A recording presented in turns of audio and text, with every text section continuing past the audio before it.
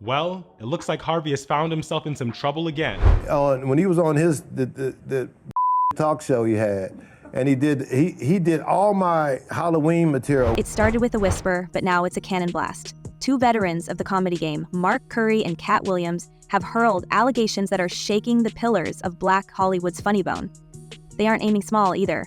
They've locked sights on three of the biggest names in the business: Steve Harvey, Cedric the Entertainer, and Ricky Smiley. The charge? Theft.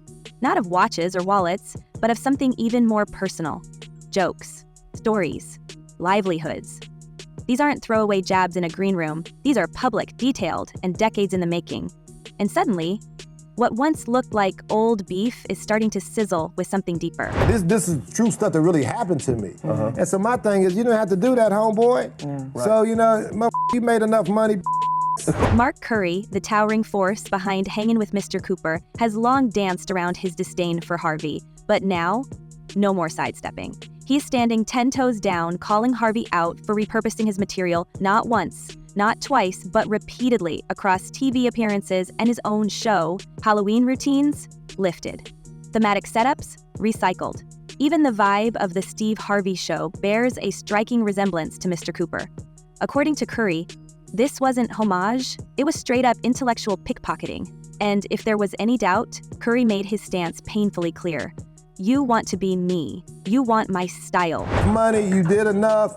Why are you on my material? Right. What's that about? Enter Katt Williams, mercurial, magnetic, and increasingly prophetic. When he sat down with Shannon Sharpe for that now infamous Club Shay Shay interview, he wasn't just venting, he was detonating. Without hesitation, Katt laid out a blueprint of alleged backroom betrayals, accusing Harvey of career sabotage and Cedric of joke larceny. To hear Katt tell it, these so-called kings of comedy weren't just protecting their thrones. They were elbowing others off the stage to stay there.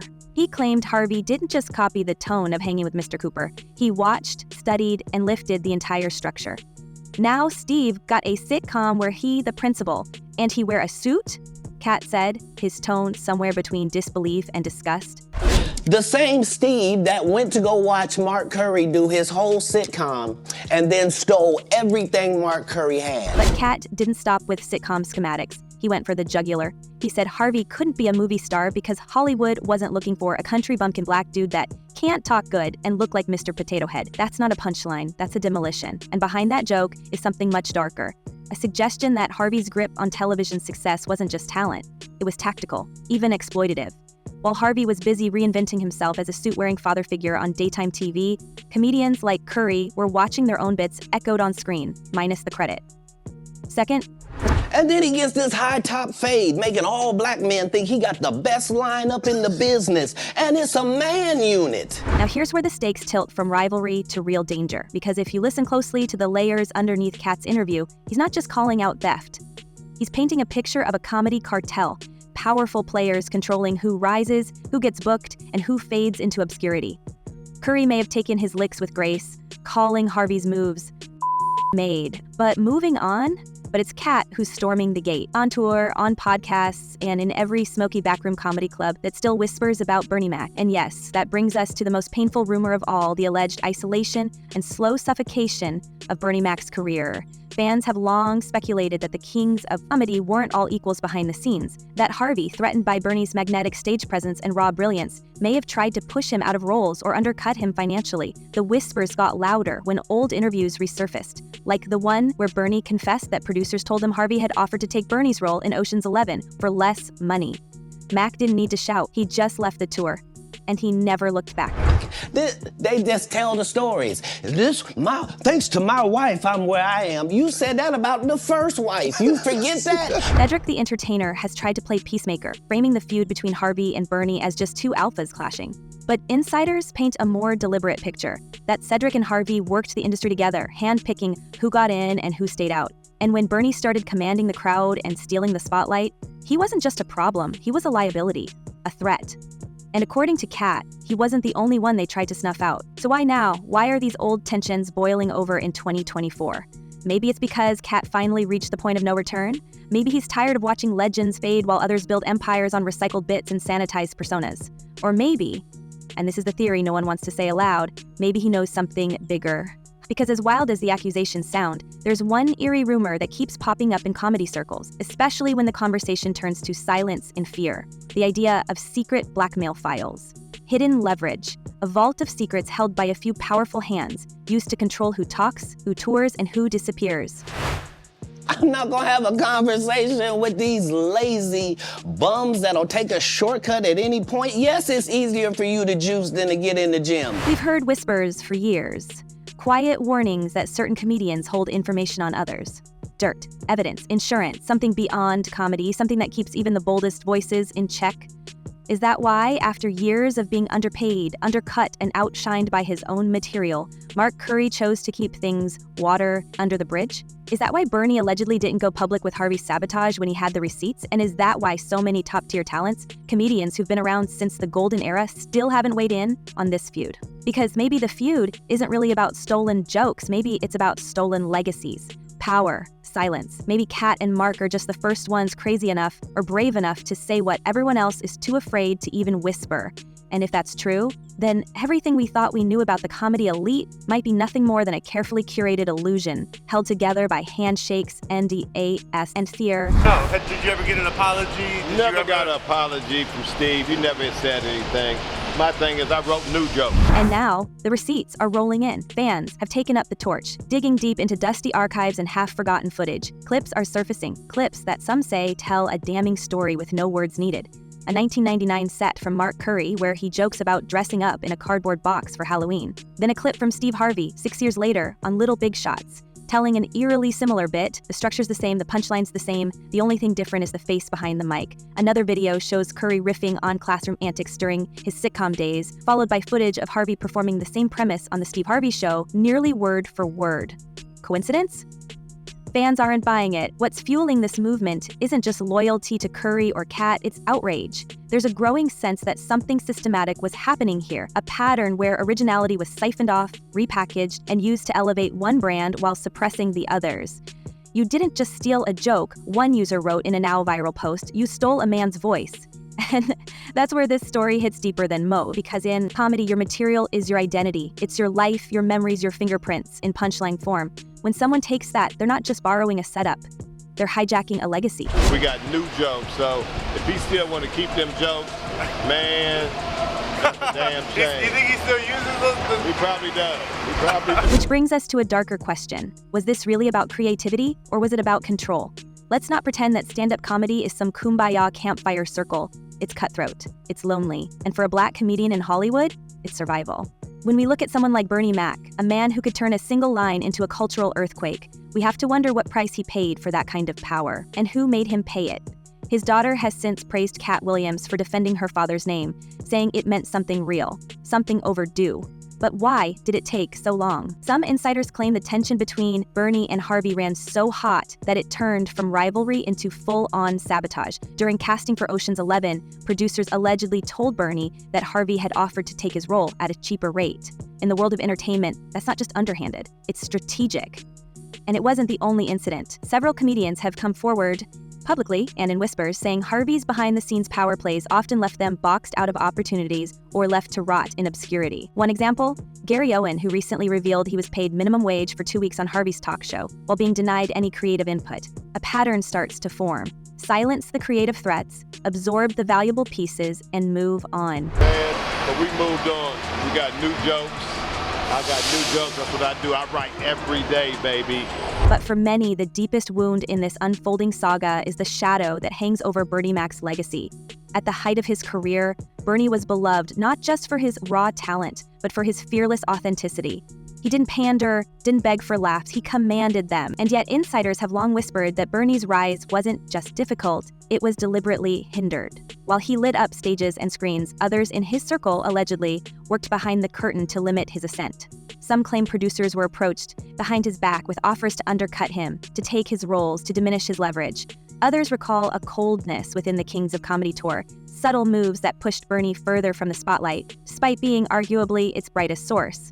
Things when, I've stayed quiet about it. How do you, though? Looking back, Bernie's exclusion from major film franchises, endorsement deals, and television expansion now feels suspect. Why wasn't the breakout star of the Kings of Comedy given the same media empire opportunities that Harvey eventually enjoyed? Why did Bernie, with all his natural charisma and box office pull, never host a daytime show or lock down a production empire of his own? Theories range, from creative differences to bad management, but a growing number of fans and former collaborators believe the real reason was sabotage, a silent effort to slow him down just enough for others to catch up, or worse, to stay ahead. If true, it adds a tragic dimension to Bernie's journey, a man who gave the culture everything, only to be strategically sidelined by people he once called brothers. An uptick, a spike in business? When you rock the internet, you know, I mean, he burned down the forest. Sometimes you got to burn down the forest and let the new growth come up. And then came the loss. Bernie's early passing at just 50 years old sent a shock through the entertainment world. But for some, the grief was complicated by something unspoken: guilt. Those who may have taken his kindness for granted, or his competitive fire for a threat, now found themselves rewriting their public narratives. Some leaned into tributes, others into silence. But even now, there's an unease when his name is brought up by certain peers. It's as if acknowledging his brilliance also means confronting the ways the industry, and possibly his own circle, failed him. In Hollywood, where perception is currency, Bernie's memory remains both a crown jewel and a haunting mirror. He got there early, and he was on the radio station talking about, I'm gonna destroy Steve Harvey. And I'm going, wait, we're doing comedy.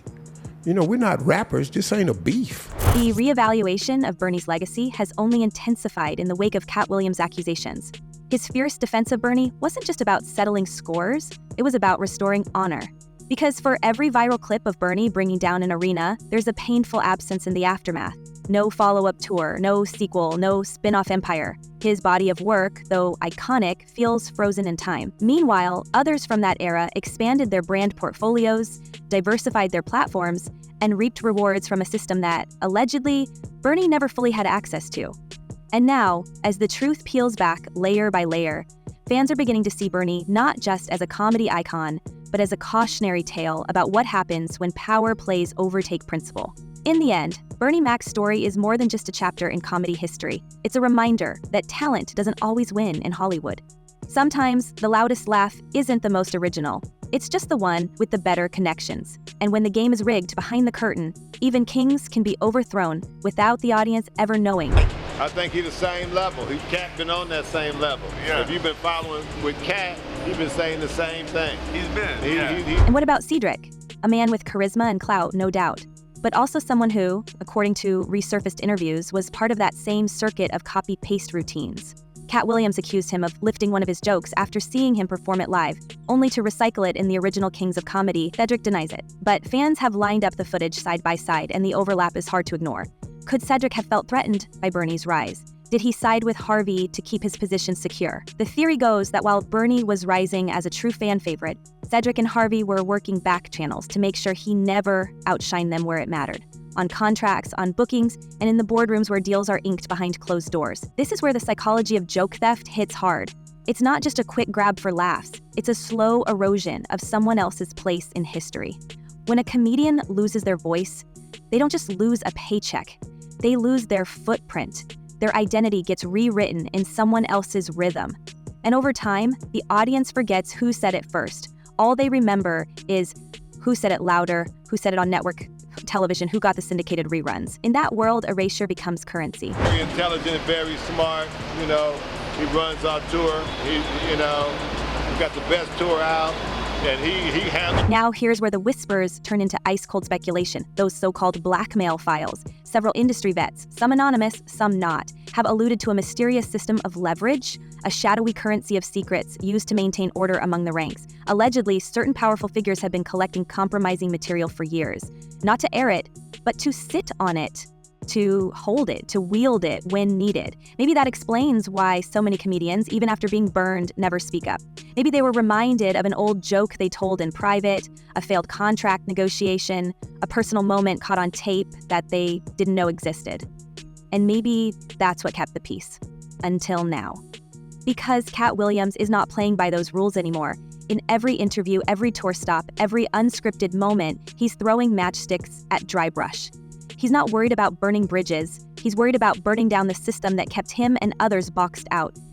His message isn't just a rant, it's a reckoning. When he said he turned down the Kings of Comedy sequel because he refused to be a part of disrespecting Bernie's legacy. That wasn't just shade, that was a warning. You're saying his business ethics are like really solid. Like he's treating you guys like He treats us like golden. Are you crazy? Yeah. We are golden, baby. And the fallout is already beginning. With every viral clip, every resurfaced set, the old guard is being forced to face the receipts. Some fans are calling for apologies, others are calling for resignations, but the most explosive reactions? They're coming from those who are now wondering, who else knew? Who else was part of this carefully polished image of success built on silence, secrecy, and stolen routines? Could other big names, those who've stayed suspiciously quiet, be implicated too?